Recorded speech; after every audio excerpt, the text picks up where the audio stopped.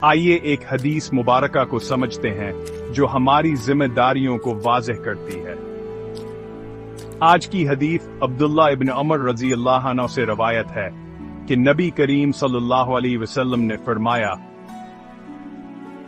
غور سے سنیے، تم میں سے ہر ایک چرواہا ہے اور تم میں سے ہر ایک اپنے ریوڑ کی ذمہ داری رکھتا ہے۔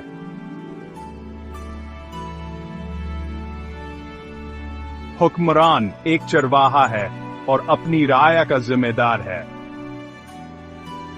ایک مرد اپنے گھر والوں کا چرواہا ہے اور ان کا ذمہ دار ہے۔ ایک عورت اپنے شوہر کے گھر اور بچوں کی چرواہا ہے اور ان کی ذمہ دار ہے۔ ایک نوکر اپنے مالک کے مال کا چرواہا ہے اور اس کا ذمہ دار ہے۔ غور سے سنیے،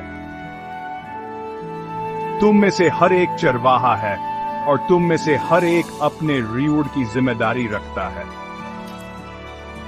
یہ عظیم حدیث ہمیں یاد دلاتی ہے کہ ذمہ داری صرف ایک فرض نہیں ہے بلکہ ایک مقدس امانت ہے۔ اپنے کردار کو قبول کریں اور اپنی ذمہ داریوں کو احتیاط اور شفقت سے نبھائیں۔ آخرکار ہم سب اپنے اپنے دائرے میں چرواہے ہیں۔